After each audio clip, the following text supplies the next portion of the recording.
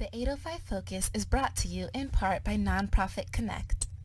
Nonprofit Connect provides superior leadership tools and resources so nonprofit leaders and board members can make valuable decisions to move their organization forward to a sustainable and vibrant future.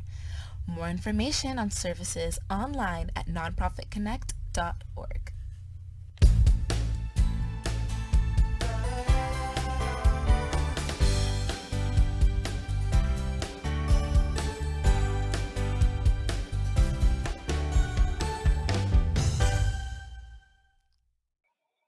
Welcome, everyone, to 805 Focus. I'm Dr. Cynder Sinclair with Nonprofit Connect, and we will be bringing you the latest on your favorite nonprofits. So get ready to be inspired.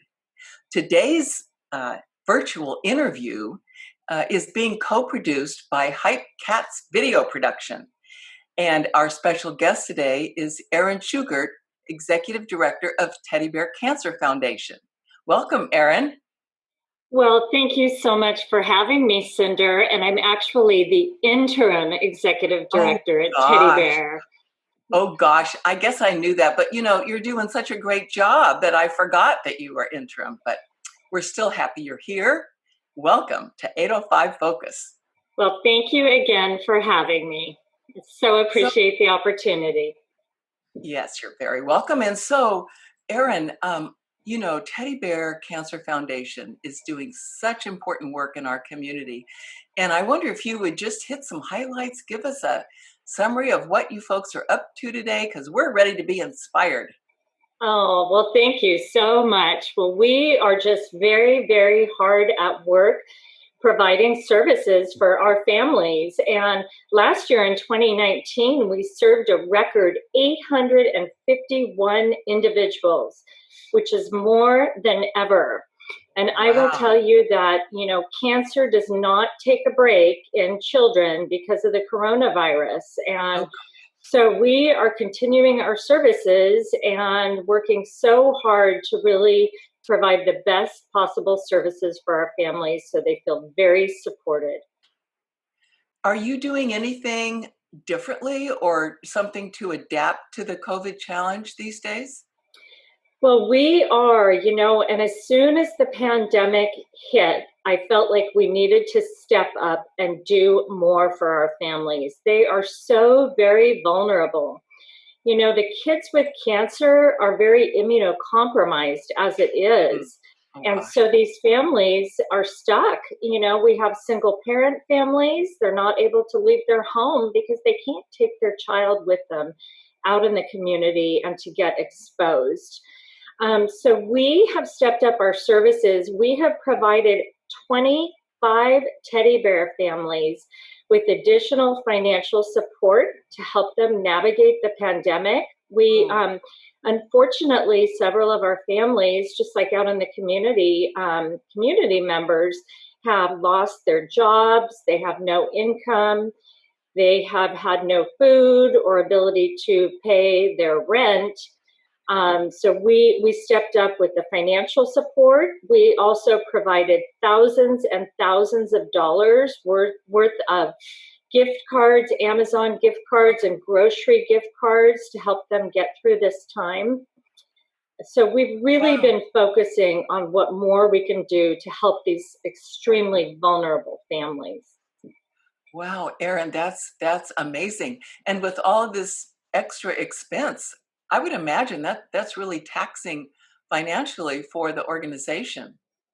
Well, it absolutely is, and when the pandemic first hit, we were so fortunate that donors stepped up and they actually paid for all of the gift cards. However, the extra financial support that we have provided has not been completely covered by donors. So we are concerned about our revenue this year, especially with everything that's going on in the community. We're very concerned. So we need to get the word out to donors. And of course, you have a website. Of course, you're a 501c3. And I'll bet you have a donate now button on your website. We do. Go to the website and not only read about your services, but they can also donate financially. Absolutely, absolutely. And we are so grateful. Every little bit helps. So no donation is too small. And really, I like to tell people a great way to give is just to make a monthly donation. So they Oh, can, yeah. we can get it all set up where they just donate, 25 a month or 50 a month or whatever is affordable to them. And that way their donation has an impact over time. It's a really easy way to give, especially for people who, may be a little bit strapped financially themselves. Yeah, that is great. Now, so Erin, I bet you have stories and stories and stories. And we would love to hear one of those stories about the family that you serve. Yeah, well, there's a little 5-year-old, adorable little girl, and we were so happy we were able to give her right before the pandemic hit a dollhouse. We have a supporter who makes these adorable doll houses. So she came into the office and we gave her a dollhouse and however then the pandemic hit and the family was really really struggling financially and having a hard time even keeping food on their table. Oh, golly. So we were so happy that we were able to provide extra financial support for this family because I just can't even imagine not being able to, to feed my family. And I'm so happy we were able to help this family. So, would you give us sort of a little summary of the services that you typically provide to families and how they benefit? Absolutely. So we have three core programs. We have our financial assistance program. And at the time of an initial cancer diagnosis, families are eligible for up to $5,000 in financial support. And this is for low to moderate income families throughout the community. We serve the Tri Counties, so we serve San Luis, Santa Barbara, and Ventura counties. Oh, We are able to provide additional financial support of $2,500 in those very unfortunate situations where a child relapses from their cancer. mm, And then in the most tragic of situations, we're able to provide $2,500 to help pay for funeral expenses. man. And so sadly, we have had to do this several times already this year in Mm, 2020. ah, So our financial support program and our second program is our emotional support program. mm, And we have licensed therapists who work with our families to provide emotional support. And mm, they do that in a group setting so that, families can learn and share from each other and know that they're not alone in their struggle. We have been able to adapt these support groups to online modalities, because people great. can't, be going out and meeting with others now. And we found that even more of our families are participating in these groups, which is so wonderful. We have parent support groups, and we also have teen support groups. We have support groups in English and support groups in Spanish. Also, we have our educational support program, and we are able to provide up to $1,000 towards tutoring. Kids frequently miss school. They miss a lot of school when they're in the hospital or dealing with their cancer.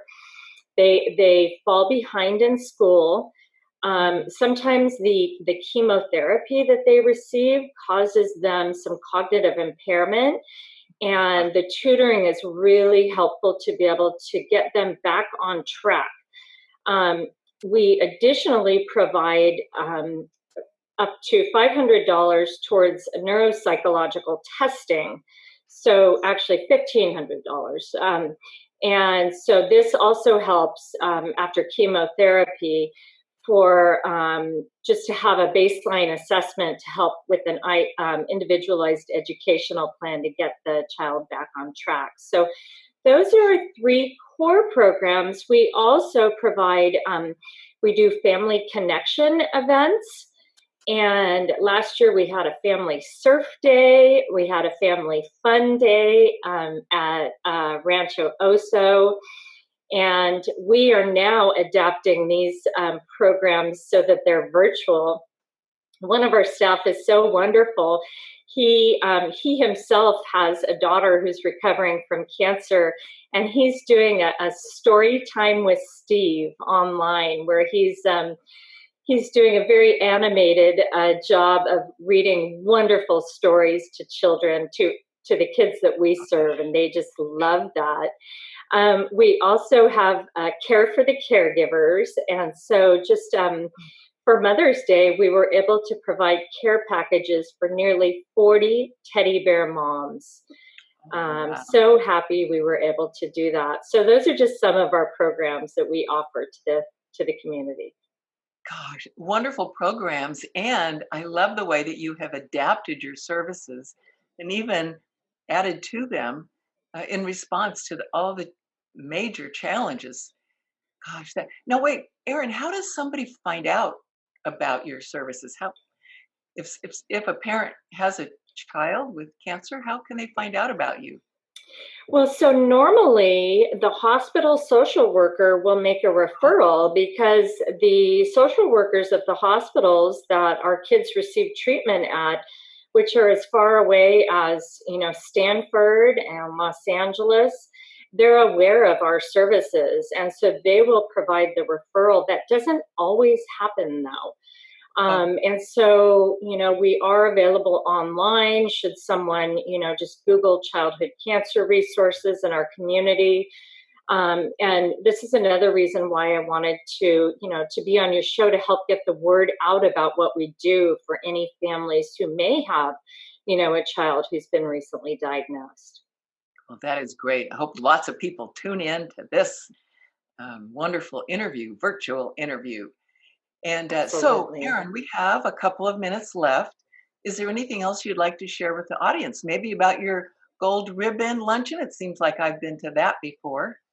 Yes, well, our Gold Ribbon Luncheon is typically held in September, and it's called Gold Ribbon because September is National Pediatric Cancer Awareness Month. Oh, And so we hold a campaign, Gold Ribbon Campaign, which is an educational and fundraising endeavor aimed at increasing awareness and raising funds so that we can continue to help families. Our luncheon is typically held at Four Seasons. It's a beautiful outdoor event. And, of course, for the health and safety of our supporters, we did cancel that event. We are going to be having our Gold Ribbon campaign, and we're just seeking sponsors for the campaign, and sponsorships go as low as $250. We have wow. wonderful sponsorship benefits to offer those folks, and it's a great way for them to get their name out in the community and to get their name or their business's name assigned with such an imperative cause, helping local kids and families dealing with childhood cancer. Yeah. Oh my gosh, Erin. Thank you so much for inspiring us today with all of your fabulous services. And we appreciate you so much. Thank you for all you're doing for our community. And thank you for being on 805 Focus today. Well, thank you so much for having me, Cynder. I greatly appreciate it. And thank you all for joining us on 805 Focus. We'll see you next time.